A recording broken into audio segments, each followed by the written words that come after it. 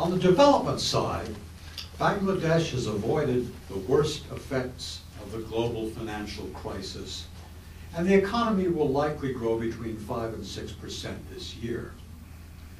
Fears that Bangladesh's exports and remittances would suffer as a result of the economic crisis have happily not materialized. The United States is Bangladesh's largest market, taking nearly $4 billion in exports per annum. It is also Bangladesh's second largest source of remittances. The 500,000 people with Bangladeshi ties in this country send back, I understand, nearly $2 billion every year. I'm sure that many of you here have contributed to that effort. The United States has significantly increased the amount of development assistance provided to Bangladesh in recent years, and this trend is likely to continue. Since liberation, it has contributed over $11 billion in economic aid, nearly half of that in food-grade assistance. There's been a recent increase in interest by the American private sector as well, with Chevron, ConocoPhillips, GE, Boeing, Coca-Cola, and others looking at expanding business and investments in Bangladesh. Boeing will be supplying 12 aircraft to Viman. This is all good news for both countries. The United States hopes to conclude negotiations for a trade and investment framework agreement with Bangladesh. And a senior official of the U.S. Trade Representative's office will visit Dhaka this month for discussions on this and other trade-related issues with the Bangladesh government. I'm pleased that since taking office in January, Sheikh Hasina's government has demonstrated a strong commitment to fighting terrorism. The last thing that either of our countries wants is for Bangladesh to become another South Asian haven of extremist groups. Bangladeshi security forces have scored important victories in fighting both domestic and transnational terrorist groups. I understand that Bangladesh continues to advocate for the creation of a South Asia regional task force to fight terrorism. And the United States supports efforts in this direction. As someone who was in Dhaka when the SARC was inaugurated in 1986, it seems to me that this is a natural role for Bangladesh to play.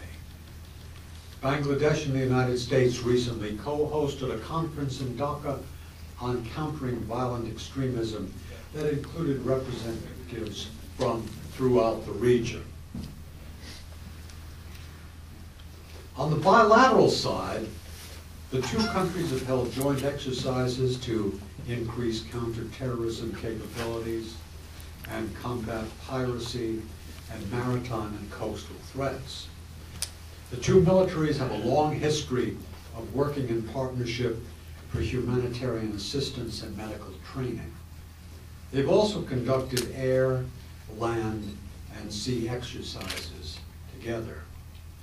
An immediate goal is to increase interoperability between engineering and medical departments of the two armies. U.S. and Bangladesh efforts to broaden our cooperation include a greater focus on climate change mitigation and adaptation in the run-up to the Copenhagen summit in December.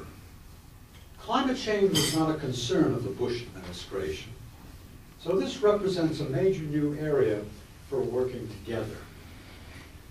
I believe that as one of the countries likely to be worse affected by global climate change, Bangladesh has an important role to play in Copenhagen, including in convincing other developing economies to contribute to climate change mitigation efforts.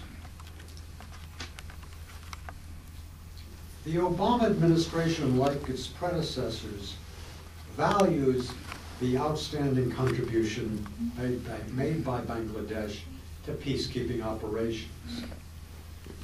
As Secretary Clinton and Foreign Minister Modi discussed in Washington, in the American view, Bangladesh also has an important role to play in the area of women's empowerment, an area in which, as you'll recognize, Bangladesh has already achieved major advances and world renown.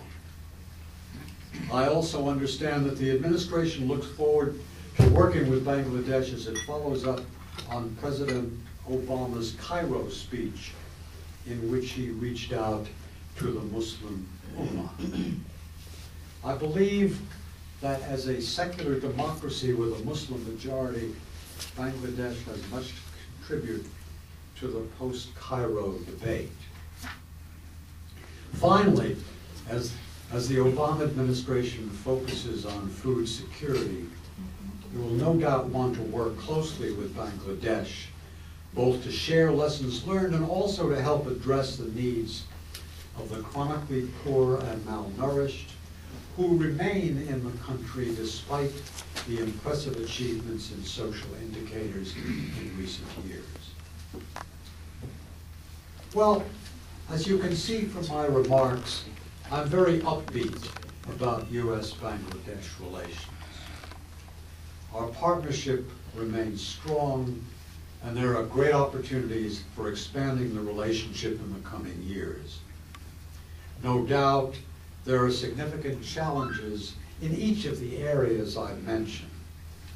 My view, however, is fundamentally optimistic, and I hope I will not be disappointed.